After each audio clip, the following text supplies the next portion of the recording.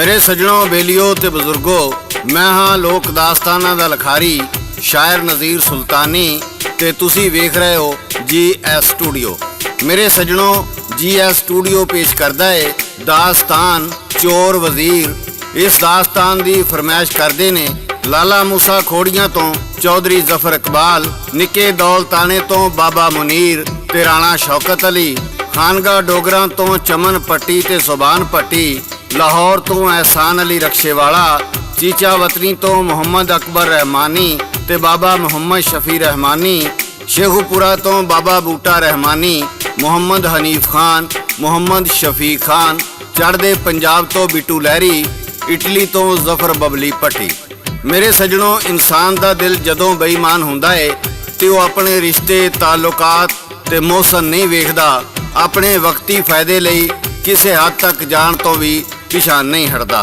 दौलत इंसान की कमजोरी रही है जिहदे विच रिश्तियां की कोई कदर नहीं हुंदी। इंज दा ही वाकया अज असी इस दास्तान विच पेश कर रहे हाँ। एक पिंड विच एक धोबण रहिंदी सी, वो बड़ी ईमानदार ते नाले बेहतरीन कपड़े धोंदी सी। इस वास्ते वो अपने इलाके विच बड़ी मशहूर सी। ईमानदार इंज दी भई जे कदी किसी दे कपड़ियां विचों कोई कीमती शै निकलदी वो बड़ी ईमानदारी नाल उन्हूं वापस कर दिंदी। बादशाह ते वजीरां दे कपड़े भी ओही धोंदी सी। एक बारी एक वजीर दे कपड़े धोण लगी ते ओदी शेरवानी विचों एक बड़ी कीमती अंगूठी निकली जिहदे विच हीरे जड़े सन। धोबण ने इस तो पहलों एडी कीमती शै कदी नहीं सी वेखी। उन्हें वो अंगूठी अपने दुपट्टे दे पल्लू नाल बन लई। जदों वो कपड़े धो के घर आई ते उन्हें वेख्या ओदी बच्ची नूं सख्त बुखार है। वो छेती नाल अपनी बच्ची नूं हकीम कोल लै के चली गई। दवाई लैके आई ते थकी हुई अपनी बच्ची दे नाल ही सौ गई। उन्होंने पल्लू नाल बजी अंगूठी का ख्याल ना रहा। बच्ची की देखभाल ते इलाज विच उन्होंने 2-3 दिन लग गए ते फिर की होया ये तुहानूं गा के सुना रहे ने सादक पट्टी बाग मोड़ वाले। रिकॉर्ड करते ने लाला जी ते लिखते ने शायर नज़ीर सुल्तानी। धोबण कपड़े धोवन वाली एक पिंड विच रहिंदी,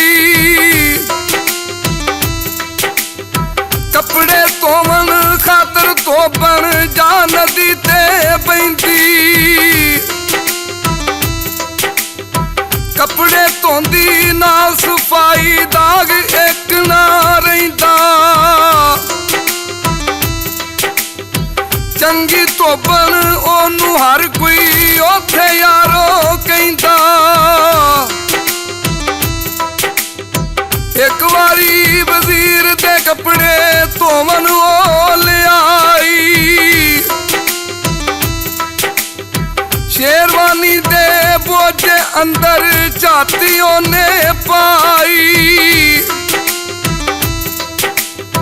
हीरे वाली एक गुठी हाथों दे जी आई।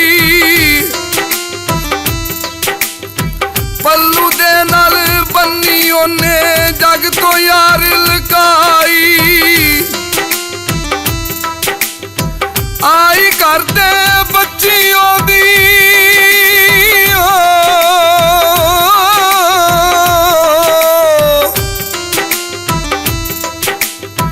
घर आई ते बच्ची ओदी नाल बाहर पई मच्छे। जग तो यारो प्यारे हुंदे मापियां दे लई बच्चे। कोल हकीम दे लै गई ओनू नबज जा बहाई। हकीम ने ओनू दित्ती यारो बच्ची लई दुआई। 2 दिन लगे बच्ची खातर कपड़े ना धोंदी। अल्लाह बच्ची थी तू कर दे रब दे अगे रोंदी। ये दरियार दरबार दे अंदर बादशाह सुनावे। बाप दादे दी छाप गुआची लब के कौन ले आवे। जेकर लब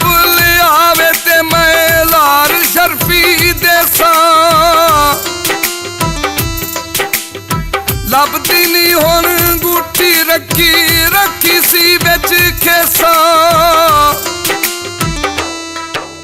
ਮੇਰੇ ਸੱਜਣੋ, ਜਦੋਂ ਬਾਦਸ਼ਾਹ ਨੇ 1000 ਅਸ਼ਰਫੀ ਦੇਣ ਦਾ ਐਲਾਨ ਕੀਤਾ ਤੇ ਵਜ਼ੀਰ ਭੱਜਾ ਕਰ ਗਿਆ ਤੇ ਜਾ ਕੇ ਆਪਣੀ ਬੇਗਮ ਨੂੰ ਕਹਿਣ ਲੱਗਾ, ਮੇਰੀ ਸ਼ੇਰਵਾਨੀ ਕਿੱਥੇ ਵੇ? ਉਹ ਕਹਿਣ ਲੱਗੀ, ਅੰਦਰ ਕਿੱਲੀ ਤੇ ਟੰਗੀ ਏ।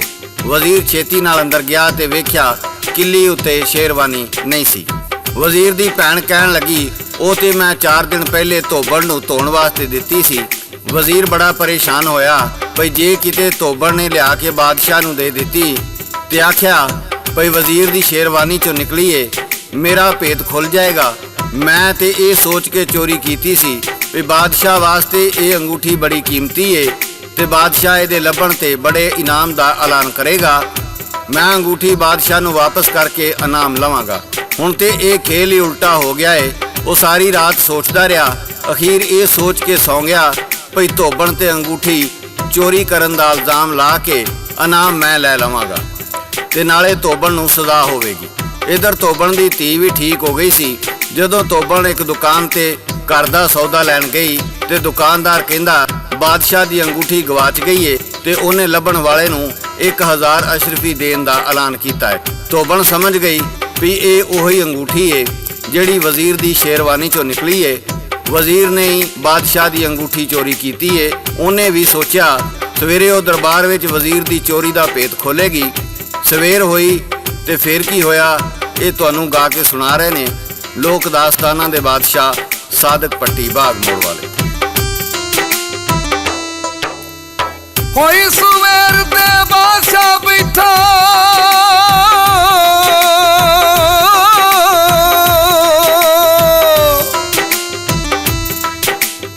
ਹੋਈ ਸਵੇਰ ਤੇ ਬਾਦਸ਼ਾਹ ਬੈਠਾ ਆਪਣੇ ਵਿੱਚ ਦਰਬਾਰੇ। ਨਾਲੇ ਉਹਨੇ ਸੱਦ ਲਏ ਆਪਣੇ ਵਜ਼ੀਰ ਮਸ਼ੀਰ ਵੀ ਸਾਰੇ।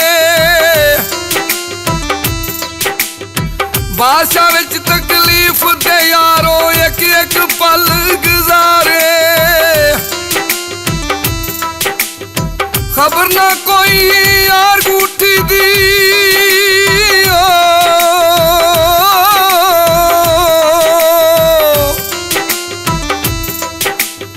खबर ना कोई यार अंगूठी दी किसने है चुराई। बिच दरबार दे हाजिर हो गई यारो धोबण माई। आखन लगी बादशाह नू एक मैं गल सुनावा। सदो उस वजीर नू अगे मानती एक फड़ावा। सद के उस वजीर दे ताई कपड़े ओनू देंदी। चाह भी अपनी लै लो साहब जी धोबण उत्थे कहंदी। बादशाह वेखिया छाप दे वल्ले गुस्से दे विच आया। कित्थों लईए छाप वज़ीरा बादशाह आख सुनाया। झूठी बादशाह धोबण जेड़ी लाउंदी है इल्जाम। झूठा साबित करके मैनू मंगे अपना नाम। बादशाह पुछन लगा धोबणे कित्थों छापे आई। कहंदी फौली जे वजीर दी ओथों छाप मैं पाई। पैने दी ने कपड़े मैनू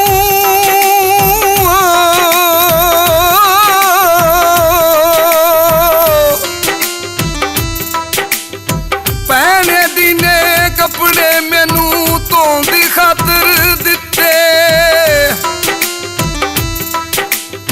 बादशाह आखन लगा सदो भैन वजीर दी किथे। भैन वजीर दी आके ਆਖਿਆ ਕੱਪੜੇ ਮਾਈ ਦਿੱਤੇ, ਲਾ ਕੇ ਕਿੱਲੀ ਉੱਤੋਂ ਦਿੱਤੇ ਟੰਗੇ ਸਣੇ ਜਿੱਥੇ। ਆਖਣ ਲੱਗਾ ਬਾਦਸ਼ਾਹ ਧੁੱਪ ਨੇ ਦੇਰ ਨੀ ਕਿਉਂ ਲਾਈ, ਕਹਿੰਦੀ ਕੁੜੀ ਬਿਮਾਰ ਸੀ ਮੇਰੀ ਆਖਿਆ ਧੋਬਣ ਮਾਈ। ਮੇਰੇ ਸੱਜਣੋ, ਬੇਲੀਓ ਤੇ ਬਜ਼ੁਰਗੋ, ਬਾਦਸ਼ਾਹ ਕਹਿਣ ਲੱਗਾ ਧੋਬਣੇ ਕੱਪੜੇ ਧੋ ਕੇ ਦੇਣ ਤੇ ਇੰਨੇ ਦਿਨ ਤੂੰ ਕਿਉਂ ਲਾਏ। ਧੋਬਣ ਕਹਿਣ ਲੱਗੀ ਬਾਦਸ਼ਾਹ ਸਲਾਮਤ, ਮੇਰੀ ਬੱਚੀ ਬਿਮਾਰ ਸੀ, ਮੈਂ ਉਹਨੂੰ ਦਵਾਈ ਦੇਂਦੀ ਰਹੀ ਹਾਂ। ਬਾਦਸ਼ਾਹ ਨੇ ਕਿਹਾ ਉਸ ਹਕੀਮ ਨੂੰ ਸੱਦੋ ਜਿਹਦੇ ਕੋਲੋਂ ਧੋਬਣ ਆਪਣੀ ਬੱਚੀ ਦੀ ਦਵਾਈ ਲੈਂਦੀ ਰਹੀ ਹੈ। ਜਦੋਂ ਉਹ ਹਕੀਮ ਆਇਆ ਤੇ ਬਾਦਸ਼ਾਹ ਨੇ ਪੁੱਛਿਆ ਭਈ ਦੱਸ ਧੋਬਣ ਦੀ ਬੱਚੀ ਬਿਮਾਰ ਸੀ ਤੇ ਤੇਰੇ ਕੋਲੋਂ ਦਵਾਈ ਲੈਂਦੀ ਰਹੀ ਹੈ। ਹਕੀਮ ਕਹਿਣ ਲੱਗਾ ਬਾਦਸ਼ਾਹ ਸਲਾਮਤ, ਧੋਬਣ ਸੱਚ ਕਹਿੰਦੀ ਏ, ਇਹਦੀ ਬੱਚੀ ਬਿਮਾਰ ਸੀ, ਮੇਰੇ ਕੋਲੋਂ ਇਲਾਜ ਕਰਾਉਂਦੀ ਰਹੀ ਹੈ। ਜਦੋਂ ਵਜ਼ੀਰ ਦੀ ਚੋਰੀ ਸਾਬਤ ਹੋਈ ਤੇ ਬਾਦਸ਼ਾਹ ਨੇ ਸਿਪਾਹੀਆਂ ਨੂੰ ਹੁਕਮ ਦਿੱਤਾ ਵਜ਼ੀਰ ਨੂੰ ਫੜ ਕੇ ਕੈਦ ਕਰ ਦਿਓ ਤੇ ਧੋਬਣ ਨੂੰ 1000 ਅਸ਼ਰਫੀ ਇਨਾਮ ਦਿਓ। ਮੇਰੇ ਸੱਜਣੋ, ਲਾਲਚ ਬੁਰੀ ਬਲਾ ਏ, ਵਜ਼ਾਰਤ ਵੀ ਗਈ ਤੇ ਕੈਦ ਵੀ ਹੋ ਗਈ। ਧੋਬਣ ਬੇਗੁਨਾਹ ਨੂੰ ਫਸਾਉਣ ਦਾ ਵਜ਼ੀਰ ਦਾ ਹਰਬਾ ਵੀ ਨਾਕਾਮ ਹੋ ਗਿਆ। ਇਸੇ ਤੋਂ ਕਹਿੰਦੇ ਨੇ ਕਰ ਭਲਾ ਤੇ ਹੋ ਭਲਾ, ਕਦੀ ਕਿਸੇ ਦਾ ਬੁਰਾ ਨਾ ਸੋਚੋ, ਉਲਟਾ ਆਪਣਾ ਹੀ ਨੁਕਸਾਨ ਹੁੰਦਾ ਹੈ। ਮੇਰੇ ਸੱਜਣੋ, ਇਹ ਸੀ ਸਾਡੀ ਅੱਜ ਦੀ ਦਾਸਤਾਨ। ਇਹਦੇ ਨਾਲ ਹੀ GS ਸਟੂਡੀਓ ਵੱਲੋਂ ਸ਼ਾਇਰ ਨਜ਼ੀਰ ਸੁਲਤਾਨੀ, ਰਿਕਾਰਡਿਸਟ ਲਾਲਾ ਜੀ ਤੇ ਲੋਕ ਦਾਸਤਾਨਾਂ ਦੇ ਬਾਦਸ਼ਾਹ ਸਾਦਕ ਭੱਟੀ ਬਾਗ ਮੋੜ ਵਾਲੇ ਨੂੰ ਇਜਾਜ਼ਤ ਦਿਓ। ਅਸੀਂ ਫੇਰ ਕਿਸੇ ਨਵੀਂ ਦਾਸਤਾਨ ਨਾਲ ਦੁਬਾਰਾ ਹਾਜ਼ਰ ਹੋਵਾਂਗੇ। ਉਦੋਂ ਤੱਕ ਅੱਲਾ ਬਿਲ, ਅੱਲਾ ਬਿਲ, ਅੱਲਾ ਬਿਲ।